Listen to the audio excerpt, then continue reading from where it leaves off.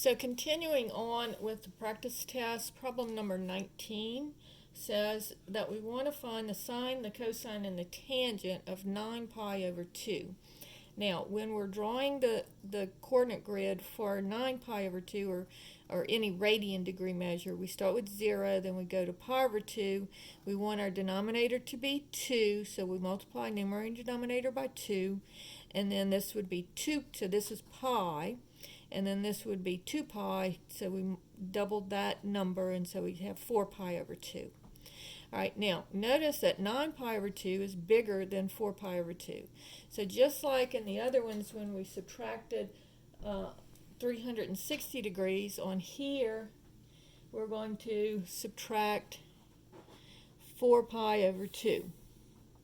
And so 9 minus 4 is 5 pi over 2.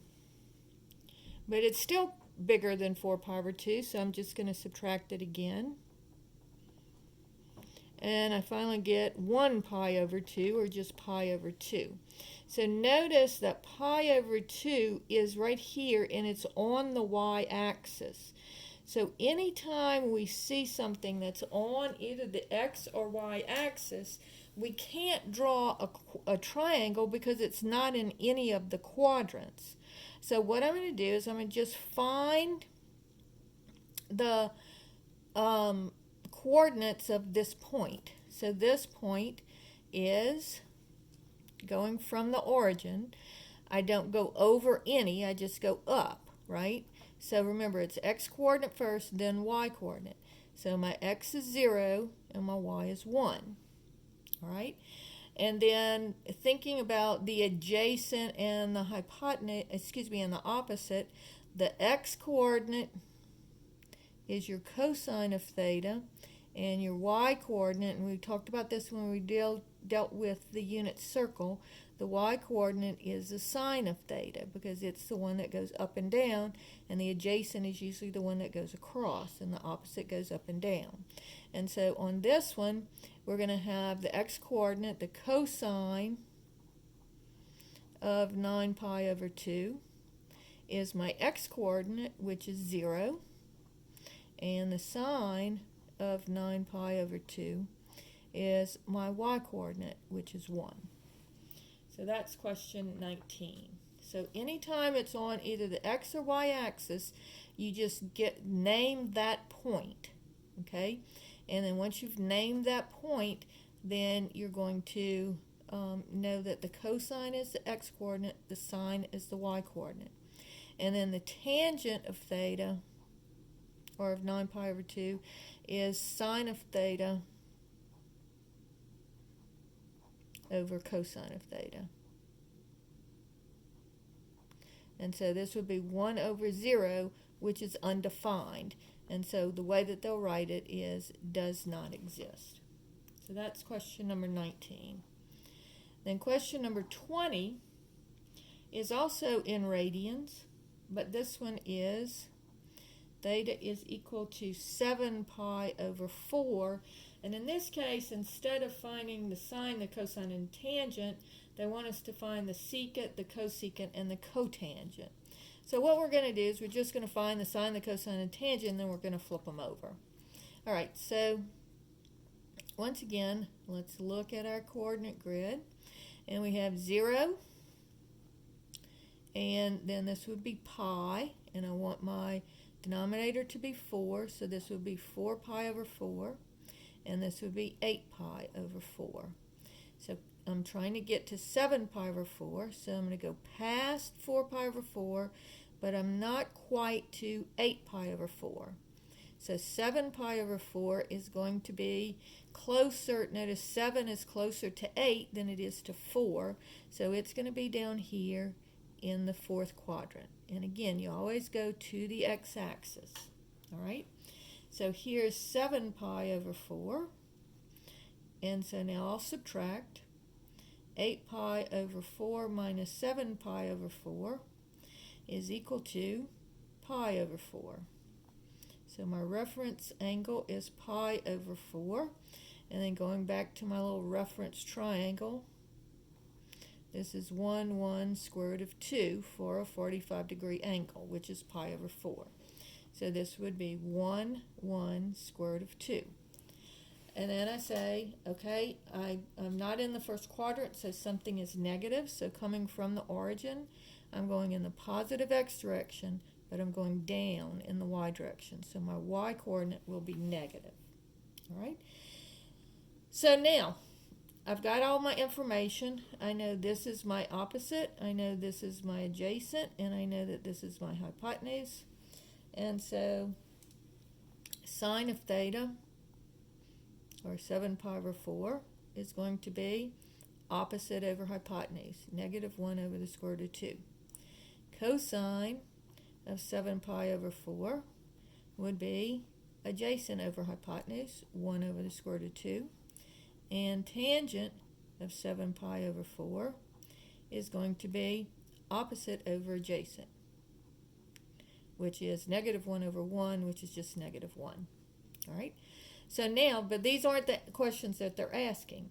So here, first we're going to look at the cosecant, because the reciprocal of the sine is the cosecant. And be careful because they write them in a different order than this. So it would be the square root of 2 over negative 1, which is just negative square root of 2. The secant of 7 pi over 4 would be square root of 2 over 1, so just flip this one over, which is just square root of 2.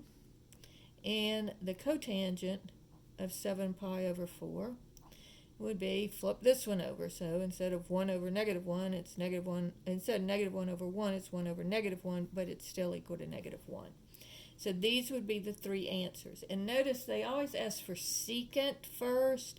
So usually they ask for sine, then cosine, then tangent, but when they're asking for the reciprocal functions, they ask for secant first, and then cosecant, and then cotangent.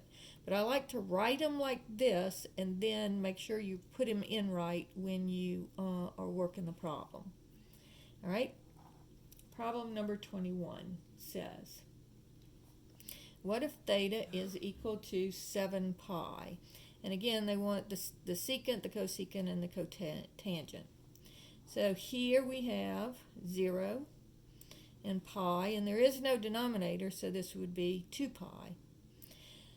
Because I don't have to divide by anything over here, so this is just going to be double this, so it would be 2 pi.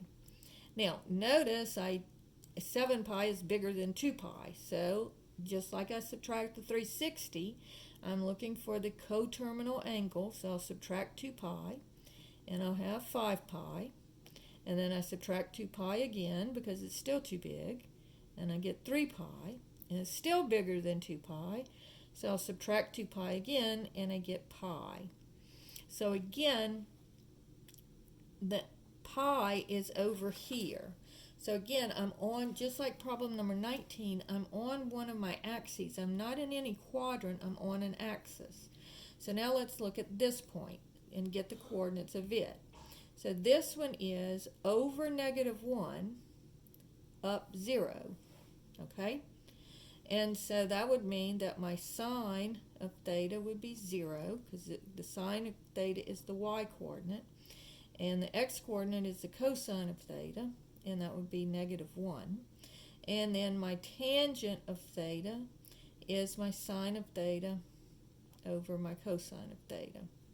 And so that would be 0 over negative 1, which is 0. Okay?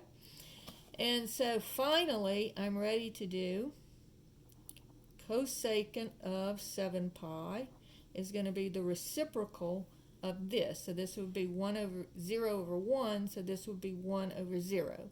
Well, that's undefined, so it would be does not exist.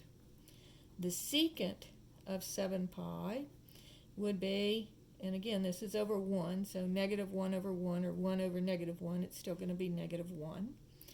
And then the cotangent, instead of being 0 over negative 1, it would be negative 1 over 0. Okay? And so, again, you can't have this is undefined, you can't have a 0 in the denominator, so this would be does not exist. So that is how you work the problems for um, the coordinates that are on one of the axes. All right, so let's do one more.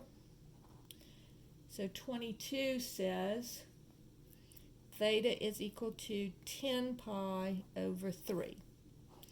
All right, so this one's going to be 0, and this is pi. I want my denominator to be 3, so 3 pi over 3. And then double that, so I get 6 pi over 3.